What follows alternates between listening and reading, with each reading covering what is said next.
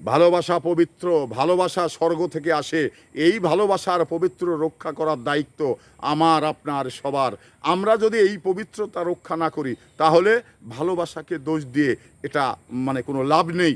আমরা দেখুন, যারা তরুণ প্রজন্ম রয়েছেন বা যুবক যুবতী রয়েছেন, তারা কিন্তু এই ভালোবাসাটাকে কুলসিত করছেন। কারণ ইতিহাস বলছেন ভালোবাসা অপবিত্র নয়, ভালোবাসা পবিত্র। তো পবিত্রতা রক্ষা করে কেউ যদি একে অপরকে ভালোবাসে, সেই ভালোবাসা মানে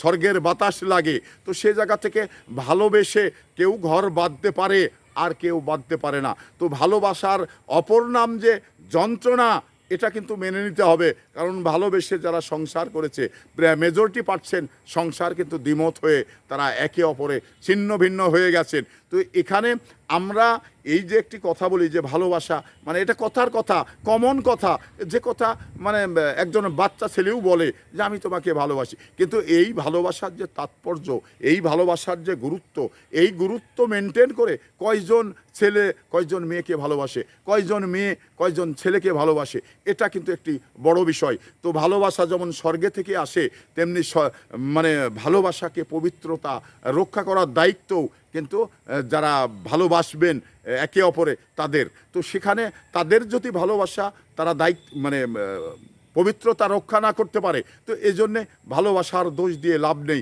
কারণ দেখুন, আপনি একটি মেয়েকে একটি ছেলে বাসেন, কিন্তু এটা ভালোবাসার যে অপরাধ এটা কিন্তু নয়। ভালোবাসা মানে পবিত্র এবং ভালোবাসা বৈধ।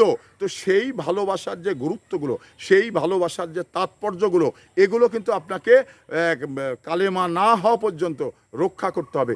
এগুলো আপনি রক্ষা করলেন না, অথচ ভালোবেসে গেলেন, এই ভালোবাসার মানে পবিত্র হলো না।